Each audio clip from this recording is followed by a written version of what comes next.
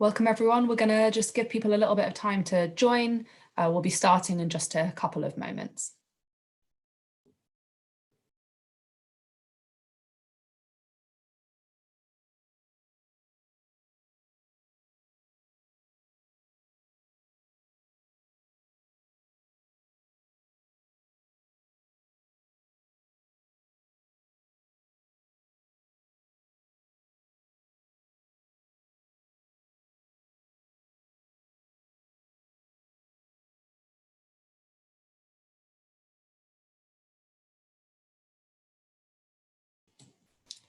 Okay, everyone, I think we're going to get started. We've already got lots of people who've joined us very promptly, so thank you for joining us this evening.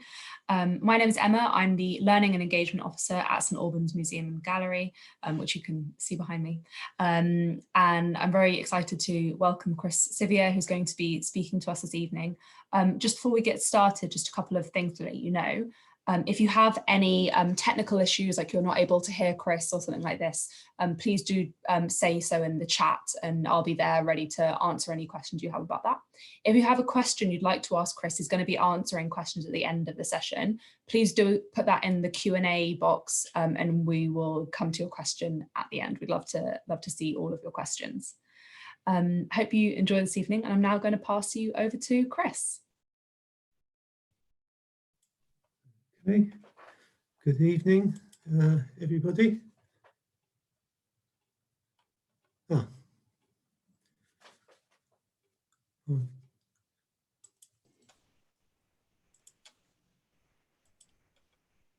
Just giving you a moment to share your screen, Chris. Oh, okay. Oh, we're getting near now. We're getting there. Don't worry.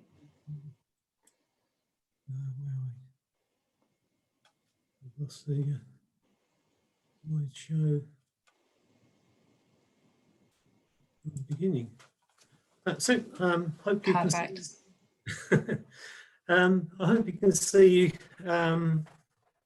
the first slide.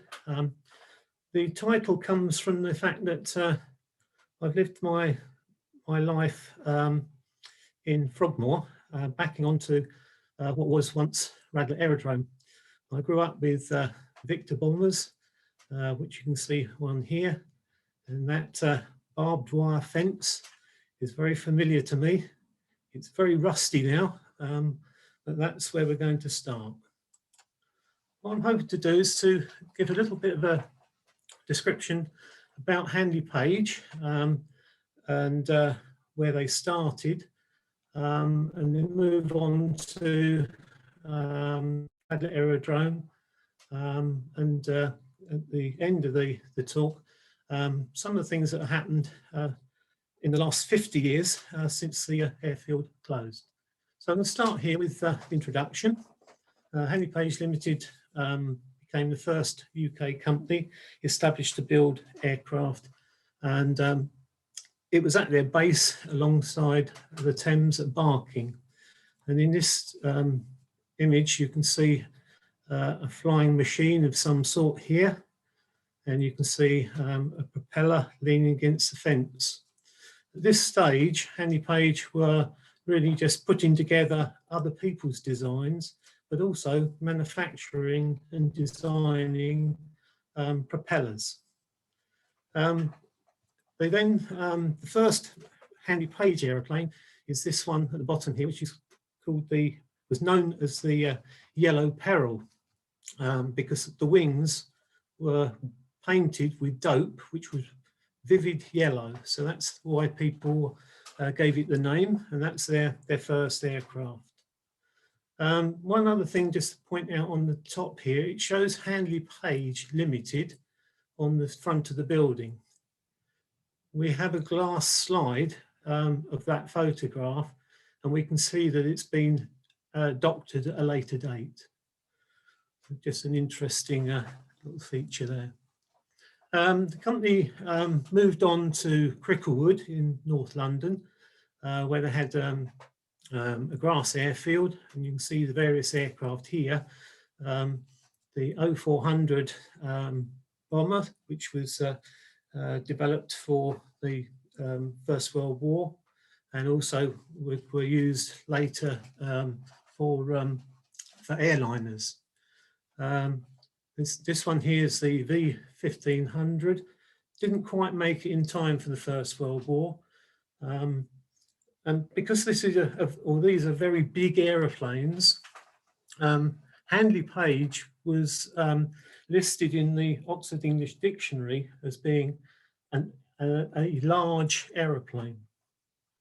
They moved on into building airliners, all very similar, largely for 3 or 4 different airlines. Handley Page themselves had an airline which they set up, and they were flying regular flights out from London to Paris just after the war, after the First World War. Move on to the next one. Towards the end of the 1920s, Handley Page developed a thing called a slotted wing, which is this little slot on the front of this wing, and it was designed to prevent aircraft from stalling. While they're flying along, they lose the aerodynamics and would crash. So this was developed, and they got a patent for it, and it actually gave them the money to keep the aircraft company running during the 1930s. You'll also find that other aircraft companies used the slotted wing, and here we've got an ME-109 Messerschmitt, which has got a slotted wing at the front here. And there's a rumour that during the Second World War, a couple of the German companies were still paying their copyrights to Handley Page. We haven't got anything written, but there were rumours shortly after the war.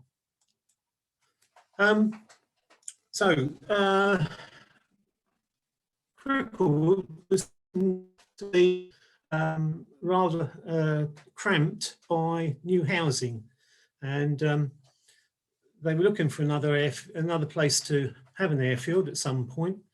And in 1928, as you can see here, Major Cords was flying an Avro aeroplane down from Manchester to Cricklewood, and on this way down, you had to put down on a field alongside the London Midland Railway, just north of Radlett.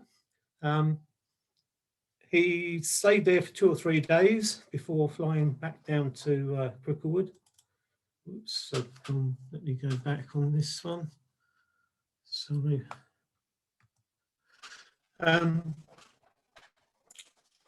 So he would then fly back down to Cricklewood, and it was then that he discussed with Frederick Handley Page that it could be a good idea to have an airfield there.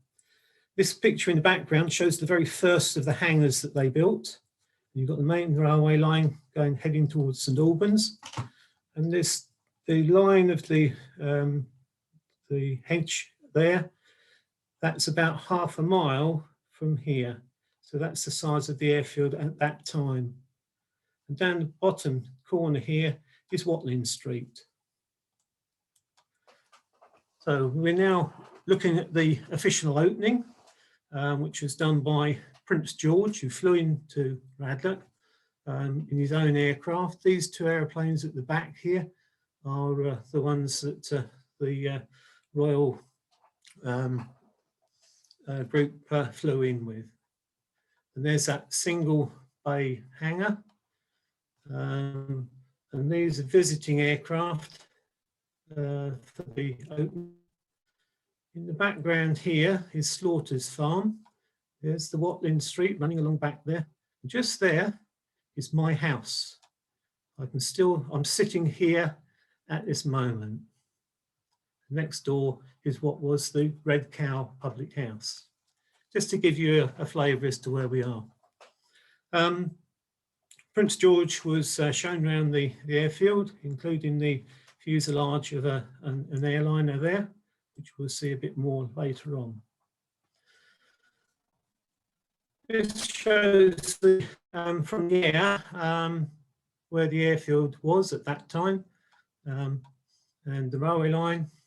And here's that first hangar again with an aeroplane outside, and the railway line.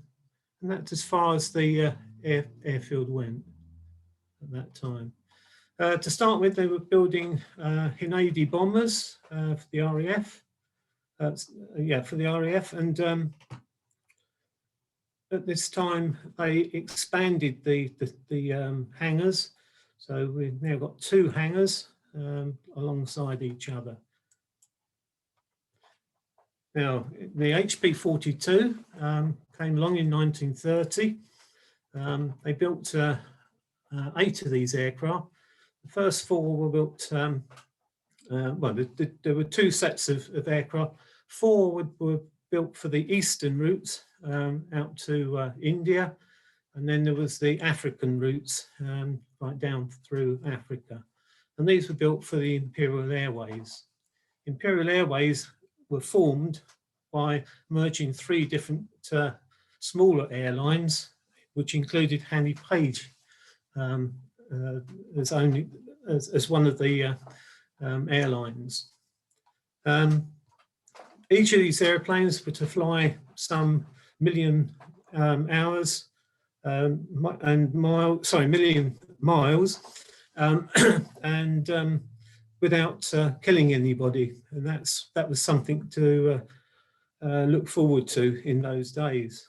You can see the aircraft here now taking off in the direction of Radlett, and this is really just show you some of the things that happened at airfields in 1931.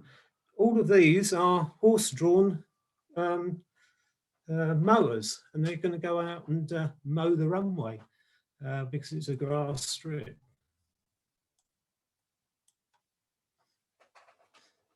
In the 1930s, Handley Page carried on building bombers.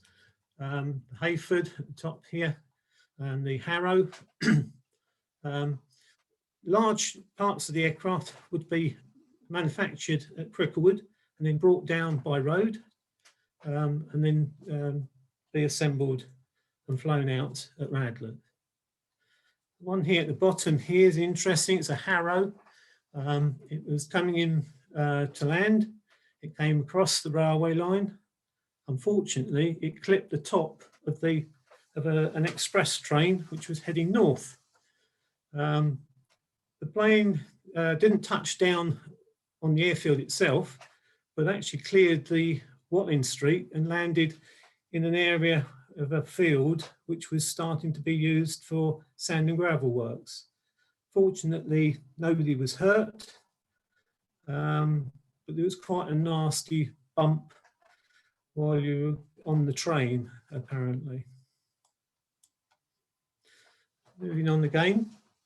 Again in the sort of mid-30s, where we've got the Hamden bomber being constructed. Again, all in parts which would be brought down from other plants. Hamden, there were 1,584 aircraft were built. Handley Page built 500 of those. English Electric, 700 odd, and some were built in Canada and some were built in Shorts in Belfast. The train here is interesting because it's a Garrett engine, and it's taking the empty coal train up to Nottingham for the rail buffs there. This is the final assembly with the Hamdens. They'll be taken out and then test flown, and then we'll go out to the RAF bases. A couple of interesting images here. This bridge goes over the railway line, right near the end of the factory at Radlett at that time. And you can see how low these aircraft were coming down, and they were landing very, very short from the buildings. So this is the site, the area of the airfield at that time, with different lines of how you can come and land, depending on whether you can make it in the distances which are recorded there. And you can see again in this shot here, in the background is the field where the Harrow came down. Move on.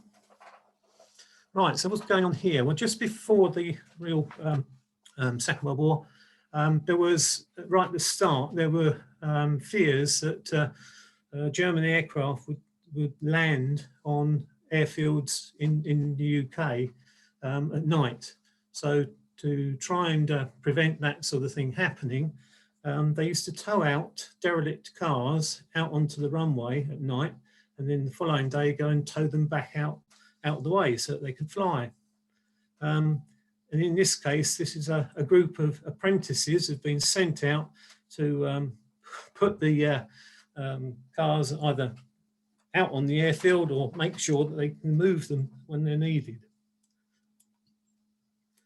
But by 1941, you can see in the background of this picture, the derelict cars are clearly not being towed around any longer at that time.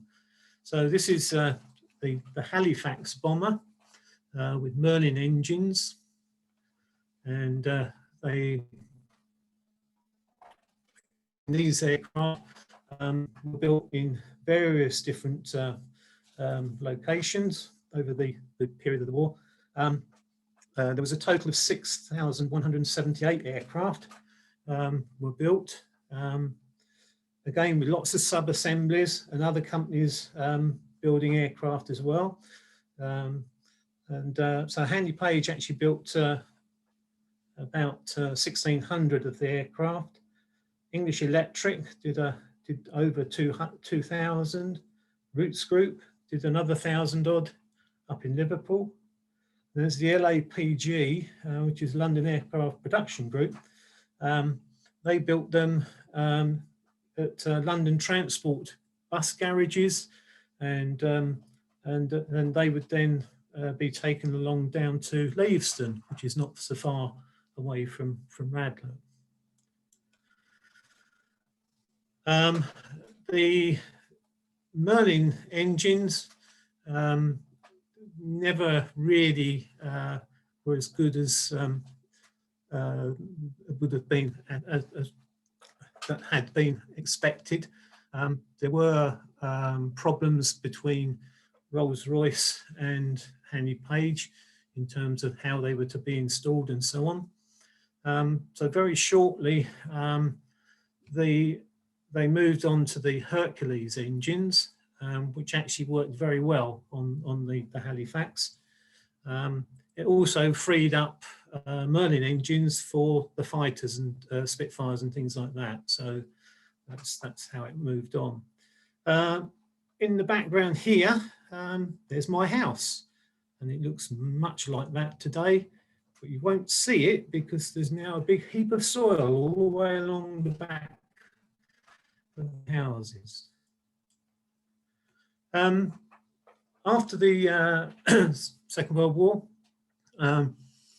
the Halifaxes, which were no longer needed for military use, were converted into airliners known as the Halton. And we've got some examples here for BOAC operating them. Frederick Handley Page with the Mayor of Falkirk, which this one's called Falkirk. And you can see the interior decoration. This is called the Manx. It was a tailless aircraft which was being developed pre-Second World War, and during the war it was just parked up. It never really had positive angle to it. Sadly, one of the engineers was working on the aeroplane and he stepped back into the prop when it was working, and he was killed. And really, no work really was carried on with that later on. In 1946, what is today the Farnborough Air Show, the SPAC show, was held at Radlett, and it was obviously well received because in 1947 it was repeated again. So this picture is interesting in as much as you can see the camouflage on the roof of the buildings, and by now it's all been extended right back to Watling Street. Hermes 1, this is a sad story really. The aeroplane was going to be an airliner, which they would also have a military version, which was going to be called the Hastings. The Hermes 1, unfortunately, they were doing trial runs down the runway from the St Albans end down to Radlett, and the aeroplane took off, which wasn't intended.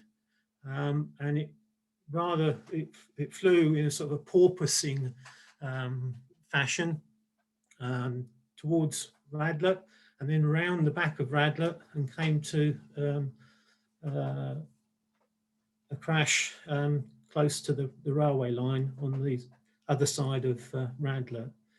It just missed, it missed the school and a couple of houses at Medburn, which is on the Watling Street. So it's a sad story. So after the Second World War, we've got Hastings under construction, and there's a Halifax probably being converted into a Halton. The Hastings, they built about 140 of these in the end, but as they were being produced, they've been rolling off the production line and being flown out to assist with the Berlin airlift. Many of the aircraft went in bare metal. They hadn't even painted the aircraft. About 30 Hastings operated out there on that Berlin airlift.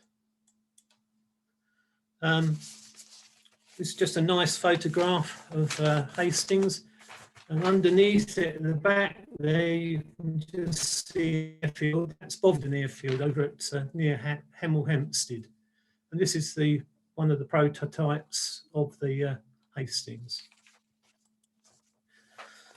The Hermes morphed into various versions. They were wanted by BOAC. Lots of things were done to suit them, but in the end, when they actually sold the aircraft to them, they only used them for a very short time and sold them off to smaller airlines. It's a bit of a shame, really. And here's another example. This is one of the prototypes, and that's my house in the background. I put this in. This is we're coming into the sort of the 40th anniversary of Handley Page, and this is Frederick Handley Page, who he eventually was knighted. You can see various aircraft here, largely the Hastings. And you can see the distance there. This shows you the layout as it extended. When I said to start with, we got this piece here, and it was only running up to about this point here. They then gradually took this area over. We've now got hard runways, and this also then is extended to in order that the victor would be able to take off and land here, and even that was eventually extended up to this point here. We'll see a few more examples. So what's hiding behind the doors? Here's the victor. A couple of shots of the prototype aircraft. This one here, XA917, was flown by John Allen, who was the test pilot at that time, chief test pilot, and certainly on the Victor, and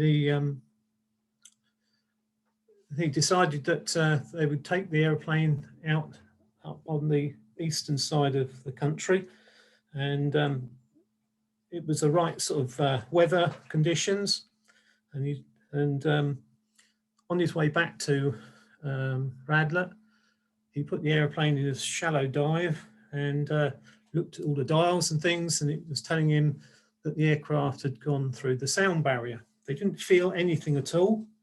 In fact, they went back and did another run. When they landed at Radlett, the guys in the control tower were saying, getting a lot of complaints about noise. Oh, we don't know anything about that.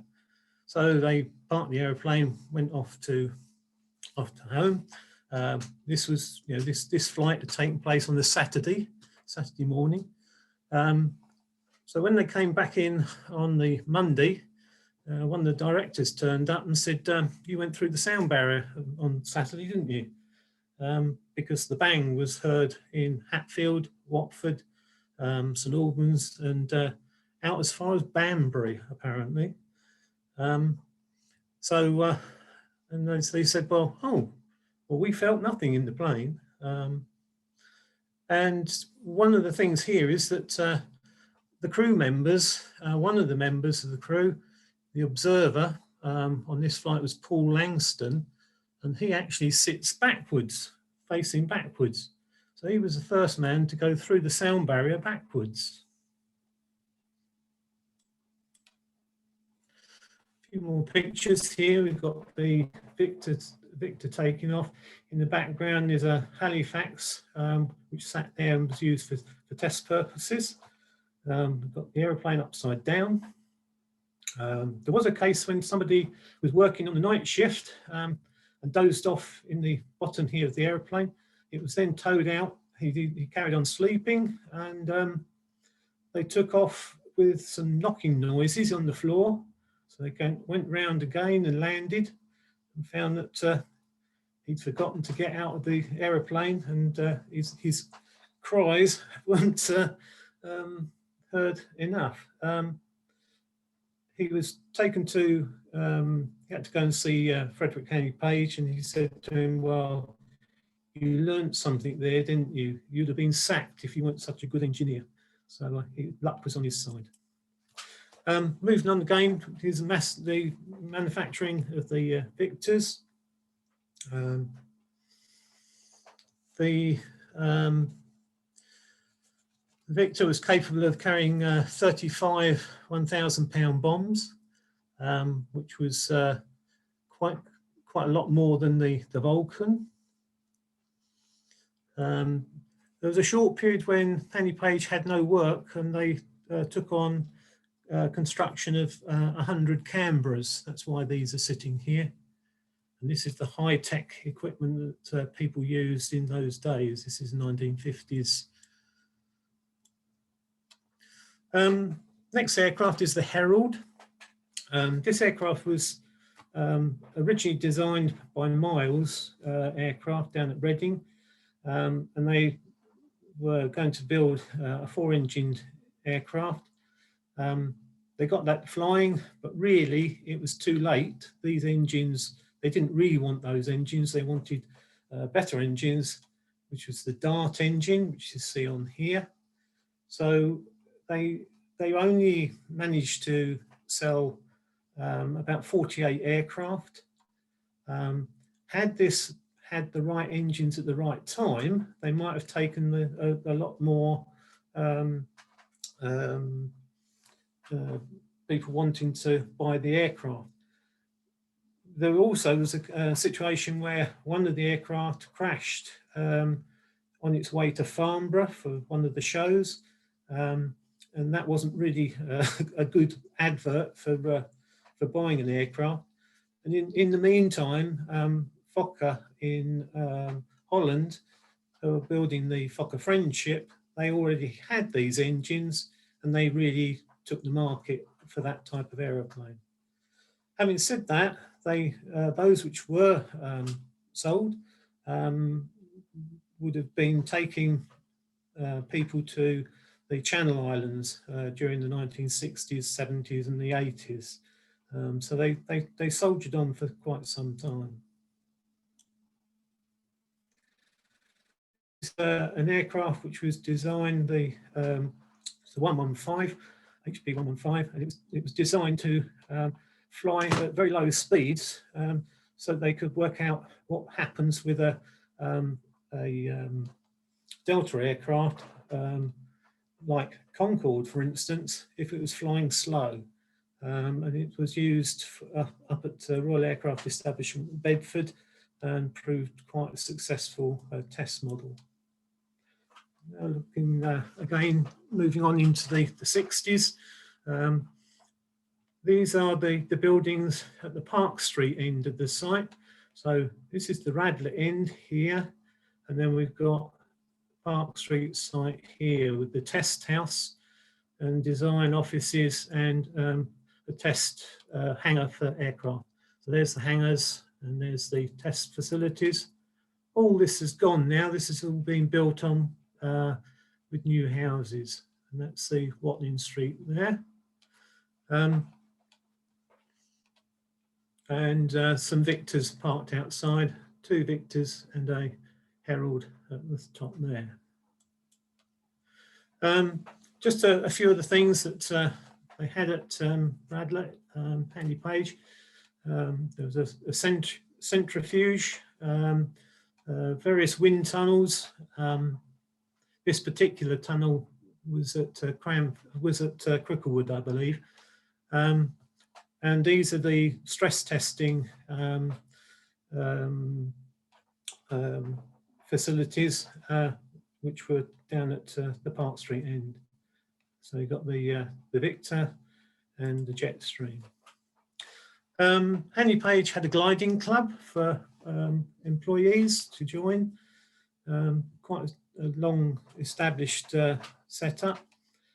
I remember it because they used to tow the gliders up behind a winch car. So they would blast up and down the runway on a Saturday or a Sunday, making quite a hell of a noise, but I guess it was fun for the gliders. The last aircraft was the Jetstream.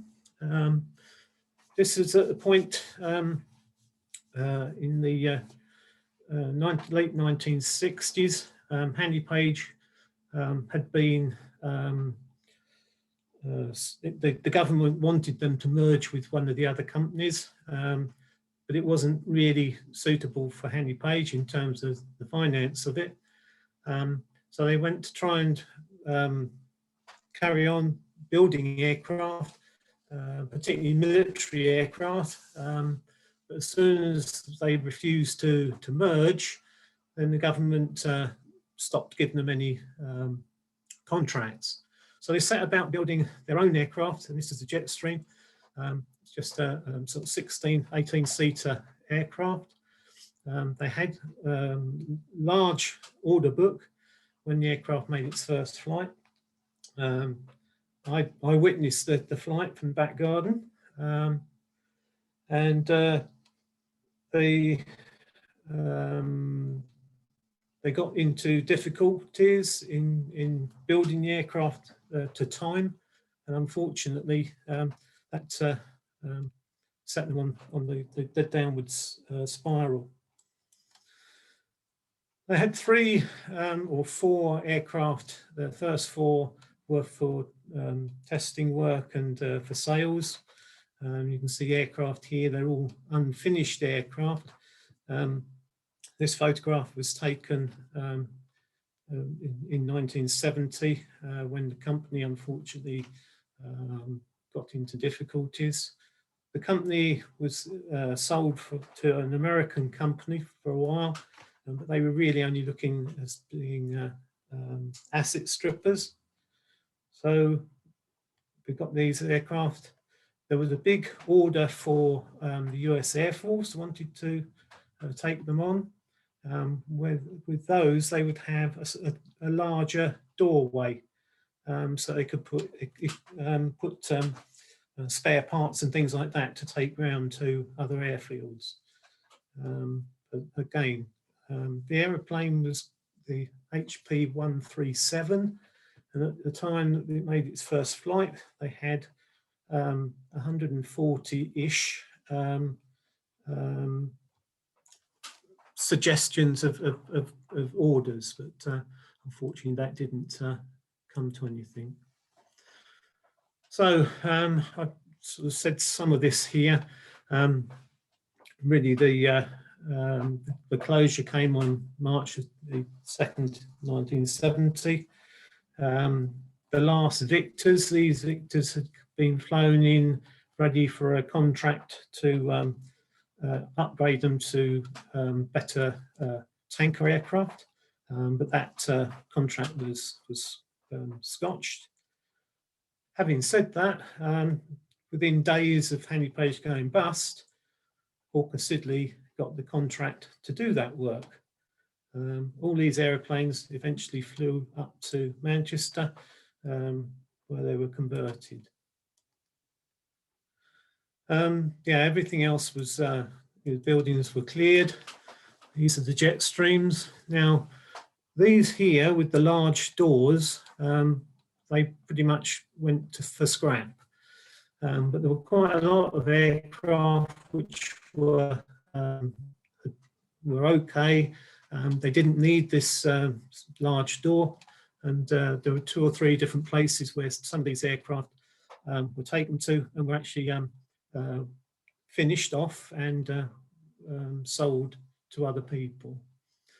Cranfield College Aviation, they had 2 aircraft and converted those, or completed them themselves. Rather sad, really, to see the wreckage and that being taken away. The Jetstream did survive in a way. Scottish Aviation took on building some aircraft for the RAF and Royal Navy, and later on British Aerospace took them over, and they resurrected the Jetstream with new engines and modern detailing and so on, and they ended up selling a good 400 or so aircraft. The Victors went out to were used on the flights for the Falklands War, and the Black Buck raids where the Victor was feeding the Vulcan, and on this side here shows you how many aeroplanes you need to have and in order to get one over Stanley Airfield. Victors refueling Victors and Victors refueling Vulcans, etc., etc. Something else which was going on at the end of the when Handley Page was closing, a group of people at the company were putting together this thing. It's a pedal plane for the Kramer Prize. This one's got 2 people in it, hence it was called Toucan. What one can't do, 2 can. It is off the ground, but it's a huge structure. And just a few years later, with better, more modern materials, other people succeeded. All right, a few pictures now. Radlett 1947, now in 2018. So there's the railway line. There's the railway line and the bridge where those airplanes were just coming down about here. And all of this has been rebuilt. We now have the M25 running across here. And my house is just about there, right on the corner. Then 1982 at the top with the where the layout of the runways were, and at the bottom here is the A405 or 414, I believe you call it now. But look what's there now in this photo 2018. All of this, the airfield has been dug for sand and gravel, been recovered, and there's no runways anywhere there. You can see the buildings that we saw in the previous pictures, and the M25 going across there. And again, my house is over here. The person who took this photo didn't see this photo before he did his flight, so it's matched up superbly. There we are. And just a few thoughts here. It's over 50 years now since the airfield closed. We had anything that you wouldn't want to have behind your house has been proposed behind my house, somewhere on the airfield. Hospitals, prison, drag racing, motor racing, anything that's noisy. They stored thousands of cars on there for a period, stored buses there. Obviously, they dug sand and gravel. It's changed the watercourse. In the mid-1970s, this village was being proposed. That's my house just here. If they built that, it would be reasonable, I think, with all this sports stuff and everything. Even had a bypass proposed. Of course, there was no motorway crossing here, no M25. The latest one is this one here. The density of housing is phenomenal. There isn't really a bypass as such, but the numbers of houses is about 5 or 6 times what was on the old one. And in the mid-2000s, a rail freight terminal was proposed. It's got all the planning for it, but the people don't own the land. So not quite sure where we're going here. But I'd like to just thank you for listening to me. This is really the only marker that the airfield ever existed. I know there's at least one electric substation, which is in the old brickwork, and that's about the only thing which is still there. Everything else has been cleared and moved and changed and so on. But just like to thank the members of the Handley Page Association for letting me use some of their photographs. And just a little last advert here for the association. If you want to contact me, please use my email address and I'll try and help you. We have about just on 200 members. I say that based on last year. Our membership is due in the next couple of months, so hopefully we haven't lost people to COVID, or at least too many to COVID, shall I say. But hopefully we can get back together. One of the things we have achieved last year with the museum was to have the exhibition. It had to close for a while, but it's if anyone, if you look at what's on the online version, I think you'll find it's probably the biggest exhibition for Handley Page in the last 50 years. So I'd just like to say thank you very much to the museum, as well as those of you who've listened tonight. That's wonderful. Thank you so much, Chris. Yeah, we're very excited, of course, to be able to continue to host the Handley Page exhibition on our website. So please do go and have a look at it. I can post the link to it in the chat. We've got quite a few questions here from people in the audience that I'm going to ask Chris.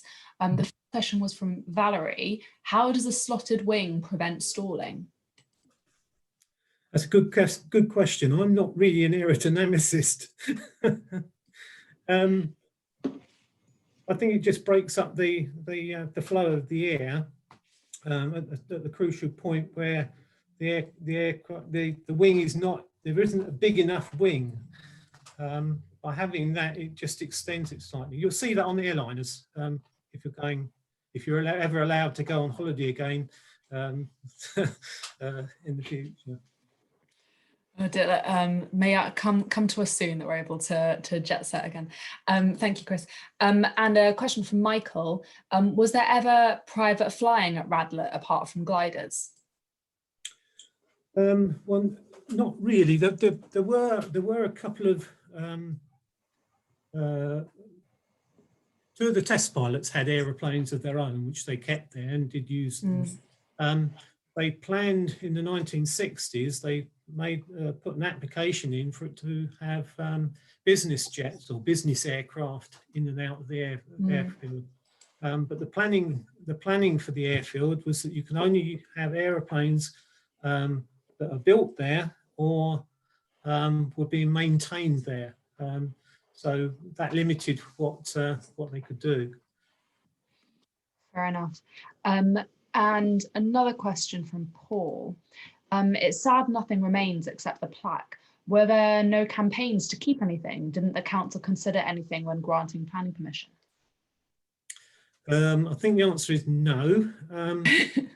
The St Albans District Council at that time, I'm not blaming people now or whatever, at the time, Dan Air wanted to take over the plant as for maintaining their airliners, and the council said no. It's taken years and years and years for the council to admit that Handley Page was good to the council because they were paying rates. So no, I don't think they've shown any real interest over the years. Fair enough. You're helping us with the museum, so thank you very much. As a council employee, I should be careful of what I say on this. So Martin has asked, I was told that during World War II there were plans parked and ready to go in order to evacuate VIPs in the event of an invasion. Any idea if this is true? I've not heard anything of that. There were certainly aircraft which got bombed during the war on the perimeter of the airfield. No, I haven't heard of that. Well, that'll be a fun story, if only. Well, there are other situations whereby in the Suez crisis, Handley Page Hastings were being flown on regular flights over that area, and with nobody being concerned about it. But one aeroplane came into Radlett, and over 2 or 3 nights, they cut holes in the bottom and put cameras in there. And the plane then took off and was taken out by the ministry, by the RAF, and they flew on that same route backwards and forwards, but obviously taking photos. And very shortly, the plane accidentally caught fire on an airfield somewhere in that area. So there's nothing written down anywhere, but the plane was certainly dealt with at Handley Page. So these things can be true. So. Question from Bob. I have recently started volunteering at the de Havilland Aircraft Museum. Was there ever much contact between de Havilland and Handley Page? Is there any contact between the Handley Page Society and de Havilland, I'm assuming that's what it is, museum? Right. In 1974, I was a member of the volunteers at Salisbury Hall, the de Havilland Aircraft Museum, and I did that for about 16 years. So I have links with it. But in the days of Handley Page and de Havilland,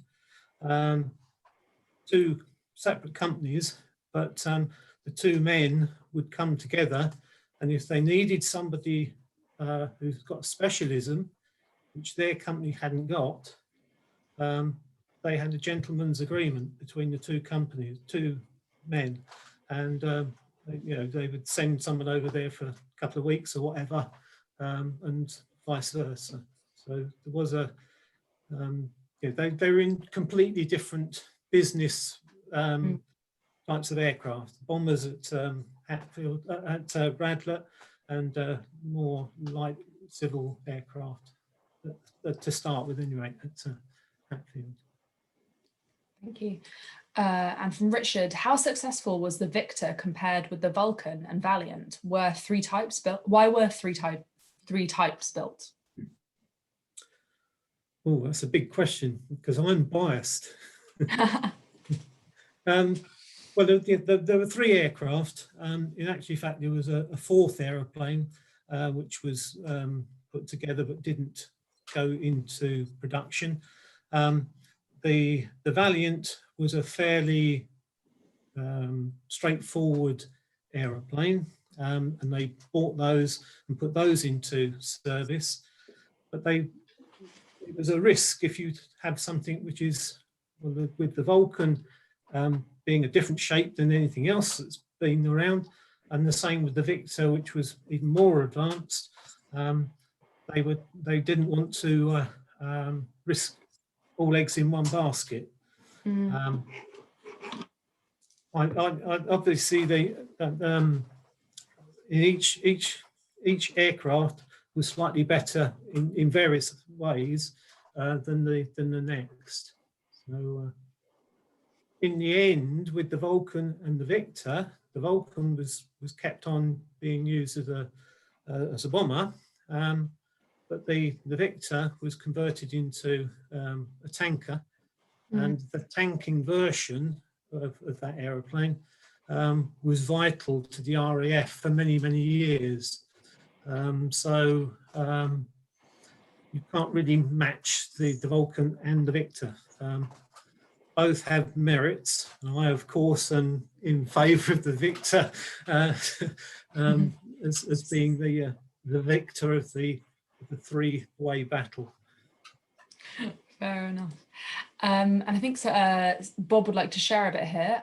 Chris, thanks for a really interesting presentation. My father was a Victor Mk1 pilot at Cottesmore, Gaydon and the Marham.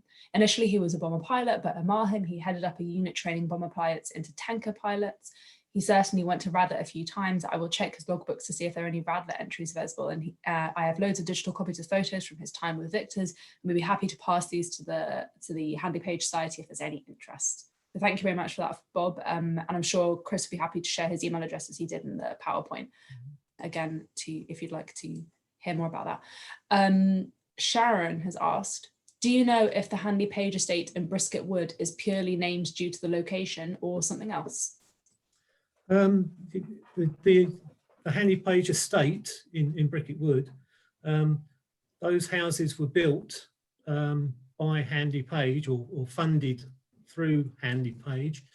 There's houses in Howwood which were also built for Handley Page, and I think it was called Conley Housing Association. Some houses were for people to buy, and some were for rent. And they did that also in Radlett. There's Hamden Place in Park Street. There's a Hayford Avenue, I think, in Radlett. So This was done because Cricklewood was eventually going to shut in the end of the 1950s into 1960s, and the staff would then need to buy houses somewhere in the St Albans area. So, so that's the link. Yeah. Thank you. Jill is asking, I remember going to an open day for families at Handley Page Radlett to celebrate an anniversary when I was a child. My father worked for Handley Page. Did you go to that, and do you know what anniversary it was?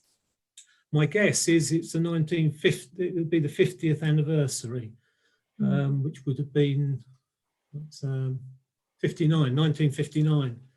I would have been 3 then. And my dad didn't work for Handley Page. He was working as a carpenter over at de Havilland's at Hatfield. So no, I didn't go, but there are photographs. In fact, somebody showed me a photograph today with all the visitors in front of the hangar with Victor aircraft in the background. So. Great, lovely. So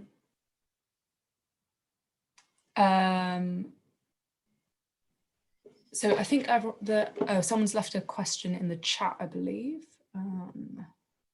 Robert. So Robert says, my father and father-in-law both worked for Handley Page, my father at Cricklewood until 1970. By that time, they had both bought company-built houses side by side, Orchard Drive, Park Street. I have a copy of 40 Years On. I presume they're fairly common. Is that the case? Are they fairly common? So it's lovely to hear that. Thank you, Robert. Tim has just said thank you and that he enjoyed your talk, and Paul also that times have changed, a number of structures left from the former Haviland site at Hatfield and a heritage trail. Thank you everyone for your comments and questions. It's really wonderful to see all of these, and I think we are coming towards the end of this talk. I just want to say thank you so much to Chris for leading this talk this evening. It's been fascinating. It's been so wonderful to have so many people asking questions, especially ones connected to people's families. It's so lovely to see that people still have these connections to this place at the end of your garden. I just want to finish up by just sharing a little bit about some of our upcoming events. I'm just going to share my screen one moment. 1 second. So we've got quite a few more online events coming up. They keep having more and more arranged regularly. So if you've got any young people with you who might be interested, actually tomorrow morning, I think the booking is only open for another half an hour, so get on it quickly if you want to get the last few tickets. We have a science workshop for children inspired by Handley Page about flight forces and gravity with mad science, which should be really, really good fun. It's almost booked, as I said. So do if you have children or grandchildren around who might be interested in that, please do book them for that. You can find all the information on our website. In a couple of weeks, we have a kind of hybrid talk and workshop where you can find out about some of the incredible Roman mosaics at Verulamium from our curator, David Thorold, and also hear from mosaicist Audrey Montet, who's going to share with you how to make a mosaic inspired by this iconic shell mosaic that you can see depicted here, and you'll get a pack sent to you that will mean that you can make your own Roman mosaic to enjoy in your own home. We also, as part of Sustfest St Albans, are having an online talk where we're going to be finding out about from Kate Bretherton, who's going to be telling us about her upcoming exhibition at St Albans Museum and Gallery about the trees of St Albans, and you can also find information to book for that on our website. But very excitingly, if all goes to plan, we are opening to the public again on the 17th of May, and we'll be absolutely delighted to welcome you all to the museum. We've got our Cabaret Mechanical Marvels exhibition is going to be reopening after, unfortunately, it's had a long time being closed. But we've also got 3 brand new exhibitions that are going to be opening as well. about lockdown life, celebrating the 40th anniversary of the local theatre company Trussell, and also a local photographer sharing some of his photographs connected to the pandemic. So do come down and visit us when we reopen, both at St Albans Museum and Gallery and Verulamium on the 17th of May. Thank you so much for coming this evening, and we look forward to seeing you at future events. And thank you again so much to Chris. Thank you. All right, good night, everyone.